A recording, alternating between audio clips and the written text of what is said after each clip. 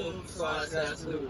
Perkenalkan, kami dari kelompok Sejarah Mataram Islam. Di sini kami akan memaparkan ataupun menjelaskan materi terkait pendiri, Masa kejayaan, keruntuhan, dan warisan dari Kerajaan Mataram Islam.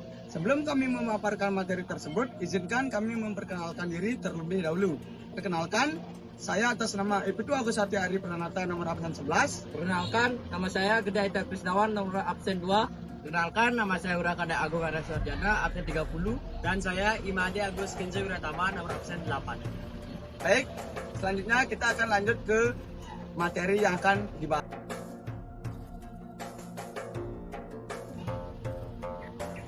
Baik, di sini saya akan memaparkan materi terkait pendiri Kerajaan Mataram kuno. Pendiri Kerajaan Mataram kuno adalah Penembahan Senopati yang bergelar sebagai Senopati Ing Alage Sayyidin Panatagama.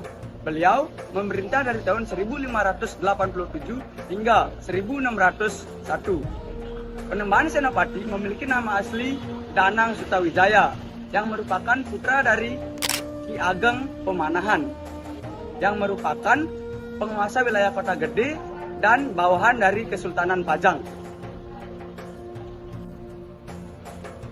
Pada tahun 1582, Sutawijaya berhasil mengalahkan Arya Penangsang, penguasa Jepang yang memberontak terhadap Kesultanan Pajang. Atas dasarnya, Sutawijaya diangkat oleh Sultan Pajang, Hadiwijaya, sebagai penguasa Mataram dengan gelar Penembahan Senopati. Pada tahun 1586, Penembahan Senopati melepaskan diri dari Kesultanan Pajang dan mendirikan Kerajaan Mataram Islam. Beliau memindahkan pusat pemerintahan dari Kota Gede ke Pleren. Pada masa pemerintahannya, Penembahan Senopati berhasil memperluas wilayah Mataram Islam ke berbagai wilayah di Jawa Tengah dan Jawa Timur. Beliau juga berhasil membangun sistem pemerintahan dan militer yang kuat. Penembahan Senopati wafat pada tahun 1601 dan digantikan oleh putranya, Penembahan Hanyokruwati yang bergelar Sultan Agung Hanyokrokusumo.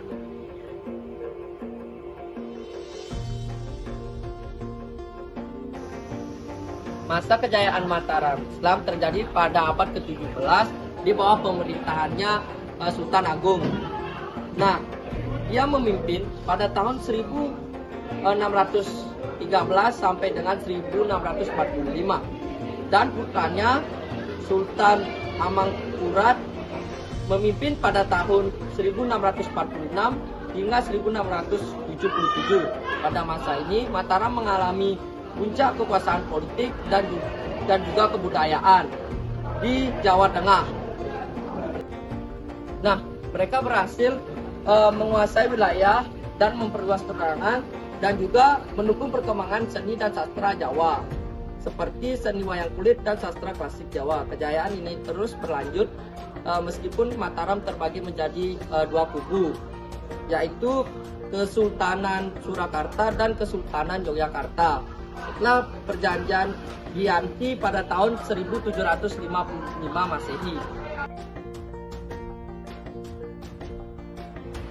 Keruntuhan Kerajaan Mataram Islam disebabkan oleh sejumlah faktor, antara lain yaitu yang pertama ada perselisihan internal yang terjadi konflik antara bangsawan dan keluarga kerajaan dalam perebutan kekuasaan yang melemahkan stabilitas politik dan sosial kerajaan.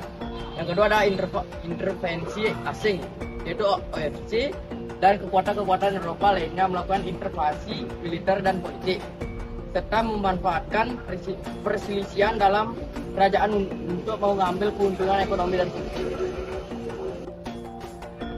Adapun yang ketiga yaitu perubahan politik dan ekonomi.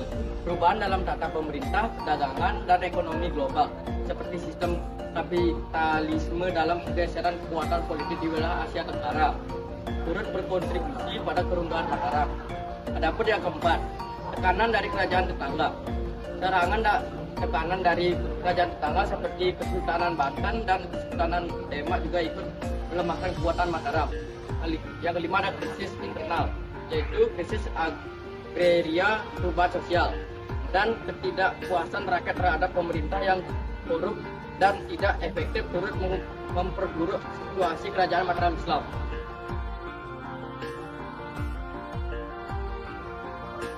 Nah, adapun beberapa peninggalan-peninggalan dan juga warisan yang ditinggalkan oleh Kerajaan Mataram Islam. Yang pertama, ada Keraton Yogyakarta dan Kasunanan Surakarta. Itu merupakan tempat kompleks istana yang megah dan menjadi pusat pemerintahan Kerajaan Mataram Islam. Lalu ada Masjid Agung Kota Gede, merupakan masjid bersejarah yang didirikan oleh Panembahan Senopati, pendiri Kerajaan Mataram Islam. Lalu ada Makam Imogiri, yang merupakan kompleks pemakaman Raja-Raja Mataram Islam yang terletak di Bantul, Yogyakarta. Selanjutnya ada Taman Sari. Taman Sari merupakan tempat kompleks pemandian dan taman air yang didirikan oleh Sultan Agung. Lalu yang kelima, ada benda-benda pusaka. Keraton Yogyakarta dan Kasunanan Surakarta menyimpan banyak benda-benda pusaka Kerajaan Mataram Islam seperti gamelan, wayang, dan keris. Lalu ada warisan Kerajaan Mataram Islam. Pertama, ada sistem pemerintahan. Kerajaan Mataram Islam memiliki sistem pemerintahan yang teratur dan terstruktur. Lalu ada kebudayaan. Kebudayaan Mataram Islam memiliki budaya yang kaya, beragam, seperti seni tari, wayang, dan juga seni batik. Lalu ada ekonomi. Kerajaan Mataram Islam memiliki ekonomi yang kuat dan maju. Dan terakhir, ada bahasa. Di sana terdapat bahasa Jawa berkembang pesat pada masa Kerajaan Mataram Islam dan menjadi bahasa dominan di Jawa. Jadi, kesimpulannya adalah Kerajaan Mataram Islam merupakan kerajaan yang besar dan berjaya di Jawa. Kerajaan yang ini meninggalkan banyak peninggalan dan warisan yang masih kita dapat lihat dan rasakan hingga saat ini. Peninggalan dan warisan ini merupakan bukti kejayaan dan kekayaan budaya pada Kerajaan Mataram Islam.